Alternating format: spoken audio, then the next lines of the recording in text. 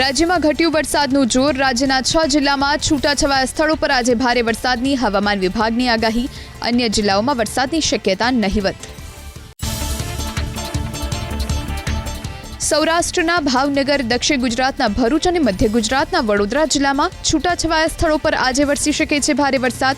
તો ઉત્તર ગુજરાતના બનાસકાંઠા, સાબરકાંઠા અને અરવલ્લીમાં વરસાદનું યલો એલર્ટ। માત્ર અડધો કલાકના જ વરસાદમાં અમરેલી શહેરના અનેક વિસ્તારોમાં ભરાયા પાણી। રાજકમલ ચોક સહિતના વિસ્તારોમાં પાણી ભરાતા લોકોને હાલાકી, વાહન ચાલકો થયા પરેશાન। ધોધમાર વરસાદ ખાબક્યો અમરેલી શહેરમાં। માત્ર અડધા કલાકના વરસાદમાં જ રાજકમલ ચોકમાં ભરાયા પાણી, તો રાતોડી નદી બે કાંઠે વહેતી થઈ। અમરેલીના વાડિયામાં વરસ્યો ધોધમાર વરસાદ। ભારે વરસાદને કારણે રસ્તા પરથી વહેતા થયા પાણી। સિવિલ હોસ્પિટલના પેન્ટાંગણમાં પાણી ભરાયા। સુરગપરા વિસ્તારમાં પાણી ભરાતા લોકો પરેશાન।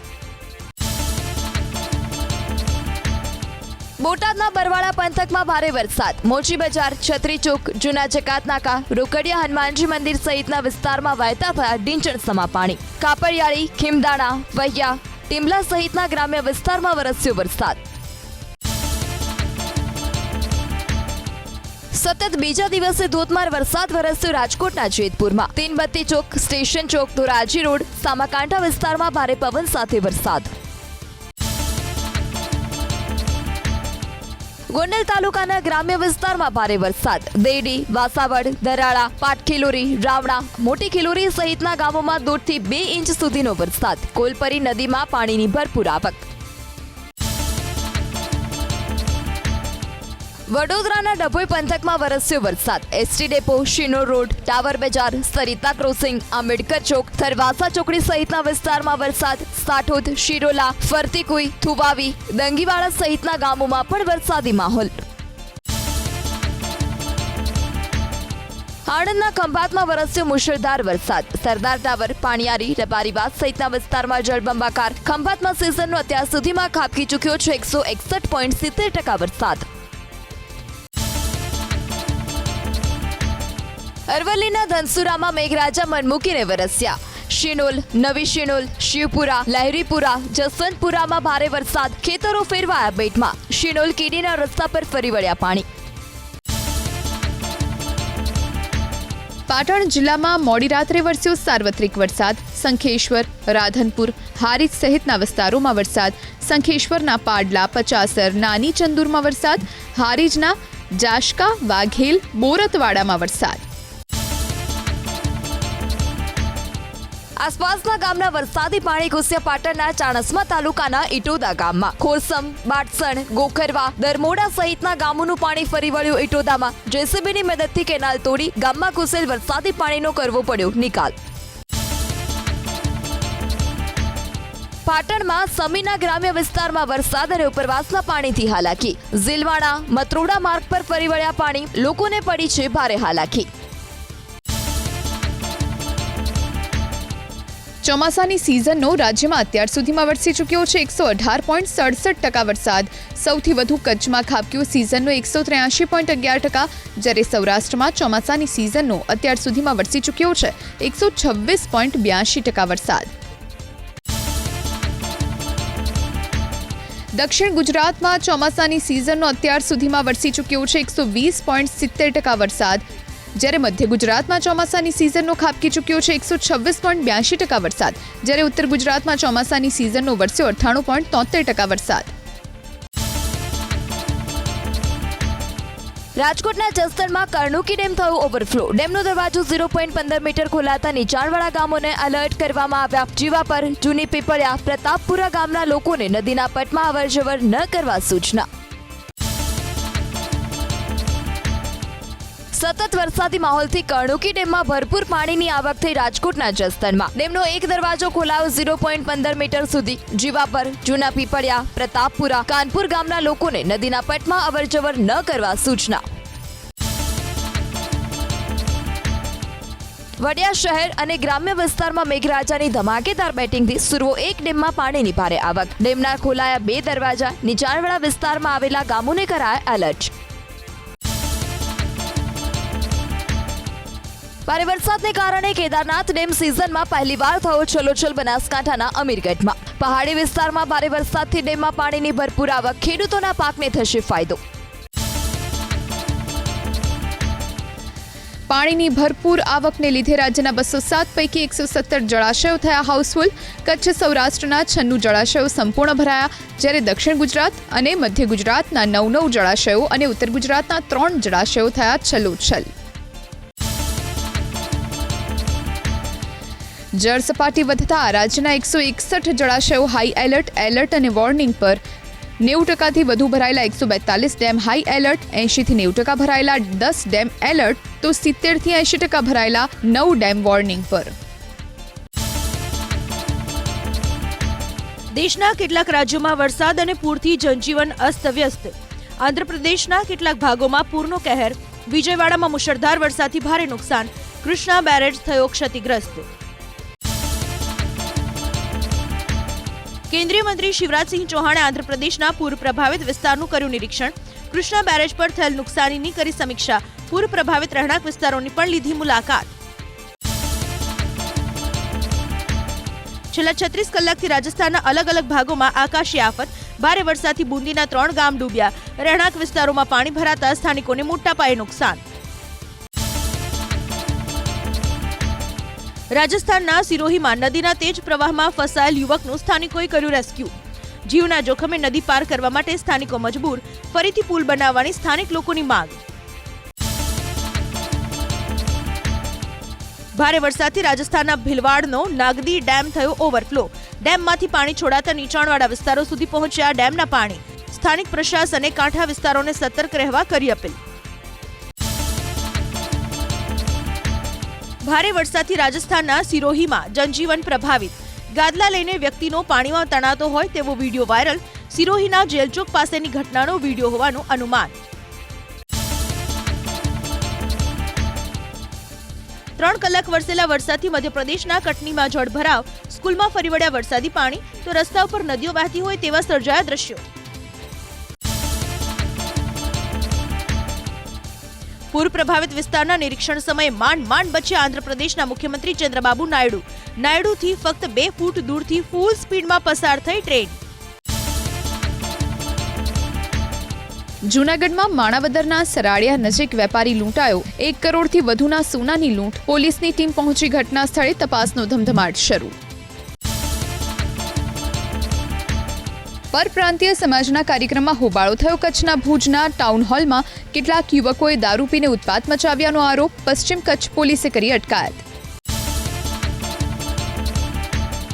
પૂર બાદ વડોદરામાં ભાજપના કોર્પોરેટર મનીષ પગારે લગાવ્યા સનસનીખેજ આરોપ. મેયર, સ્ટેન્ડિંગ કમિટીના ચેરમેન સહિત 5 પદાધિકારીઓ નિષ્ફળ હોવાનો કર્યો દાવો. પોતાના વિસ્તારમાં લોકો પાસે ખાવાનું અનાજ કે પહેરવા કપડાં નથી તેવી પણ કરી રજૂઆત. મનીષ પગારે બોલ્યા કે 2 દિવસ અગાઉ પાણી છોડાયું હોત તો આવી સ્થિતિ ન સર્જાય હોત. મેયર છે, ચેરમેન છે, ડેપ્યુટી મેયર, દંડક, નેતા, તમને પાર્ટીએ મુખ્ય જવાબદારી આપી છે. આ તો પાડાના વાંકે પખાલીને ડામ એવી વાતો છે કે બધા કોર્પોરેટરોને દોષી કરે છે. અમદાવાદના હાટકેશ્વરમાં અંતે ભ્રષ્ટાચારના બ્રિજને તોડી પડાશે. 1 થી 2 સપ્તાહમાં બ્રિજને કરાશે જમીનદોસ્ત. રાજસ્થાનની એજન્સીને સોંપવામાં આવશે સત્તાવાર કામગીરી. બ્રિજ તોડવા પાછળ થશે 45 થી 50 કરોડનો ખર્ચ. અમદાવાદમાં શાહીબાગ અંડરપાસ 18 સપ્ટેમ્બરથી 15 દિવસ રાત્રિના સમયે કરાશે બંધ. રેલવે ટ્રેકનું રિપેરિંગ કામ કરવાનું હોવાથી રાત્રે 12 થી સવારે 6 સુધી અંડરપાસ બંધ રાખવા નિર્ણય. વૈકલ્પિક રસ્તા તરીકે દિલ્હી દરવાજા, સુભાષ બ્રિજથી આવતા વાહન ચાલકો રિવરફ્રન્ટથી ડફનાળા તરફ જઈ શકશે. કોર્ટ કમિશનરે મોરબી ઝુલતા પુલ દુર્ઘટનાનો રિપોર્ટ હાઈકોર્ટમાં મૂક્યો. કોર્ટે કહ્યું કે ઓરેવા કંપની 8 અનાથ દીકરીઓના અભ્યાસનો ખર્ચ અને લગ્નનો ખર્ચ ઉપાડે. પીડિતોના નામે મૂકો 50 લાખની એફડી. કોર્ટે સરકારને પૂછ્યું સીટના રિપોર્ટ બાદ શું કાર્યવાહી કરી. પીડિત પરિવારે તપાસ સીબીઆઈને સોંપવા માંગ કરી. ફરી એકવાર મહેસાણા ઓએનજીસીની લાપરવાહી આવી સામે. દેલોલી ગામ પાસે નદીમાં ઓઇલ છોડાયું હોવાનો આરોપ. ખેડૂતોના પાકને નુકસાન થવાની ભીતિ. અમરેલીના ભેસાણ ગામના ખેડૂતોએ જળ સમાધિ લેવાની ચીમકી આપતા પ્રશાસન થયું દોડતું. ખેતર જવાના મુખ્ય માર્ગ પર પાણી ભરાતા ખેડૂતોમાં પ્રશાસન સામે રોષ. ગોવિંદ કાકા ધોળકિયા સરોવર ઓવરફ્લો થતા 1200 વીઘા જમીનમાં ફરી વળ્યા પાણી. નદીમાં ડૂબી જવાથી એકનું મોત નીપજ્યું જૂનાગઢમાં. ગંડુ નજીક મેઘલ નદીમાં ડૂબ્યો હતો વિસણવેલ ગામનો યુવક. ફાયરની ટીમે 3 કલાકની શોધખોળ બાદ બહાર કાઢ્યો મૃતદેહ. 2 બોગસ તબીબ ઝડપાયા ભાવનગરના સિહોર અને પાલિતાણામાં. મેહુલ યાદવ અને જયંતિ રાઠોડ નામના શખ્સો ડિગ્રી વિના જ દવાખાનું ખોલી લોકોના આરોગ્ય સાથે કરી રહ્યા હતા ચેડા. દવા, મેડિકલના સાધનો સહિતનો મુદ્દામાલ જપ્ત. ઓર્નામેન્ટ જ્વેલર્સમાંથી 1.25 કરોડની ચોરીના કેસમાં સુરત એસઓજી પોલીસને મળી સફળતા. એક આરોપીને વડોદરાથી ઉઠાવ્યો. ચોરીમાં વપરાયેલી કાર પણ ચોરાયેલી હોવાની વિગતો આવી સામે. અંબાજીના ગબ્બર પર જોવા મળ્યું રીંછ. કાલભૈરવ મંદિર નજીક જોવા મળ્યું રીંછ. સ્થાનિકો અને યાત્રિકોની સુરક્ષા પર ઉઠ્યા સવાલ. ભાદરવી પૂનમે લાખોની સંખ્યામાં ભક્તો આવશે, જેને લઈને કામગીરી કરવા માંગ, પરંતુ વન વિભાગે હજુ સુધી નથી કરી કોઈ કાર્યવાહી. જુગાર રમતા આલીપોર ગામના સરપંચ ઝડપાયા નવસારીમાં. બાતમીના આધારે પોલીસે રેડ કરતા ખુલ્લી જગ્યામાં જુગાર રમતા રંગે હાથ પકડાયા 4 શખ્સો. રોકડ, મોબાઈલ અને મોટરસાયકલ સહિત કુલ 95,000થી વધુનો મુદ્દામાલ જપ્ત.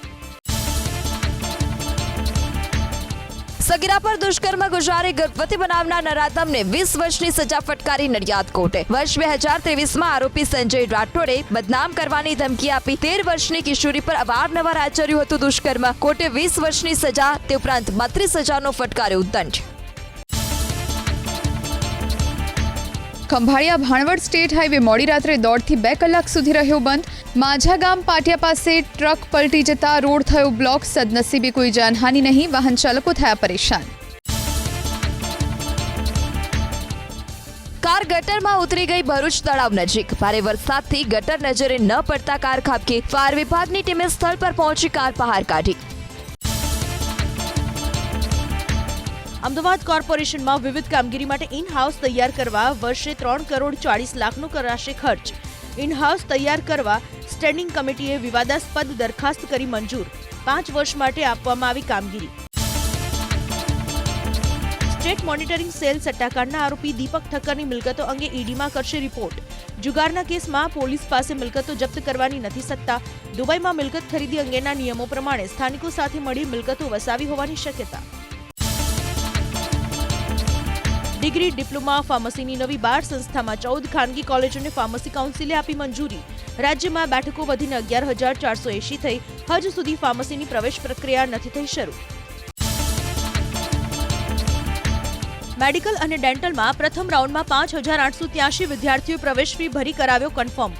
સરકારી કોલેજમાં એમબીબીએસની 39 અને બીડીએસમાં 73 બેઠક હજુ પણ ખાલી. 22,862 વિદ્યાર્થીઓનો મેરિટમાં કરાયો હતો સમાવેશ. કચ્છ ધોરડોમાં દર વર્ષે યોજાતા રણોત્સવનું હાઈકોર્ટે ટેન્ડર રદ કરતા સરકાર ટુરિઝમ ડિપાર્ટમેન્ટને ઝટકો. પક્ષપાત કરી ગેરકાયદે રીતે ટેન્ડરની શરતોને ભંગ કરી આપી દેવાતું હોવાને લઈને ટેન્ડર રદ. નવેસરથી ટેન્ડર પ્રક્રિયા હાથ ધરવા હાઈકોર્ટનો હુકમ.